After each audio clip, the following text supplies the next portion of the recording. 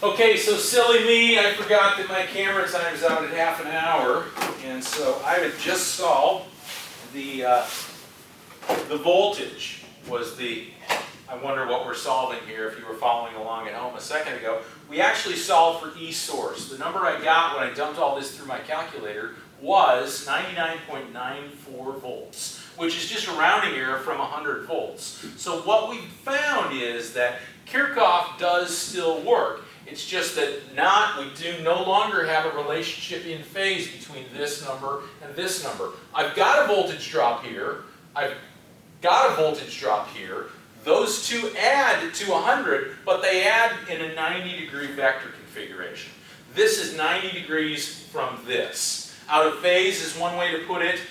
The other is just to say that they have a 90-degree vector difference. There's a 90-degree angle between those two. It's a directional thing. So because this pushes back in one direction and this is in another, we see that because of the phase difference between the voltages. So when I put those together in my Pythagorean, I get my source voltage, which proves it still works. It proves there is that Pythagorean 90-degree relationship between those two. So this was just about the end of the video. If the darn thing had lasted another 2 minutes, we'd have been good. Sorry to make you watch a second video for the punchline. But really the takeaway from this is that it's a series circuit. All the same rules apply. A series circuit has the same current everywhere. We know it's a series circuit because there's one path of current. We know that it's a voltage divider. And if the divider is in the voltage on a circuit, we know the Pythagorean relationship is on the voltage. Voltage divider has a Pythagorean relationship at the voltage. Later we're going to find out that parallel circuits have a Pythagorean relationship at the current. They're a current divider, so that makes sense. Inductors I talked about a little bit when I didn't realize the video was off. If I had two inductors here, they would just add in series, just like resistors do. And I can do that in two different ways because, you know, I'm given millihenries or henries, I'm not given ohms. I can either solve, say I have two inductors here, I've got a 75 millihenry and a 50 millihenry. I can either add those two inductances in series and say, okay, I've got one 125 millihenry inductor and dump that into 2 pi phi, x sub L equals 2 pi phi. Remember to fix this on your cheat sheet, x sub L equals 2 pi phi. Or I can solve each one individually. I can dump 75 millihenries into this and never fails. Either the video runs out or the lights go off.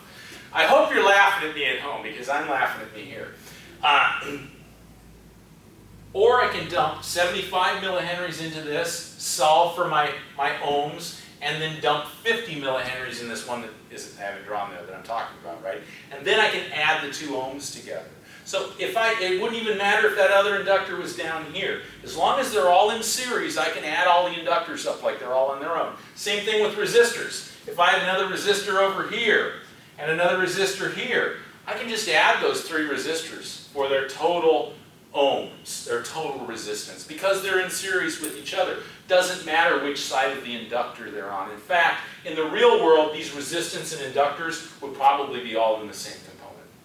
So, hope that makes sense. There is some reading to do. Please, I'm going to show a couple of other videos. I'm going to look for some other professionally made videos by professional video people, unlike myself, who's an amateur video people. And I'm hoping that they will have some better graphics and explain some of this stuff better to you. They do things a little bit differently. They're going to use some different terms. Doesn't hurt to learn those other terms to understand and talk about something. Try to take what you can from those other videos, and when they get into the weeds and the math, just let it go by. But check out the concepts, because the concepts are actually pretty darn well presented, especially in those the PBS videos, which I do really like. And it's not all the presenter.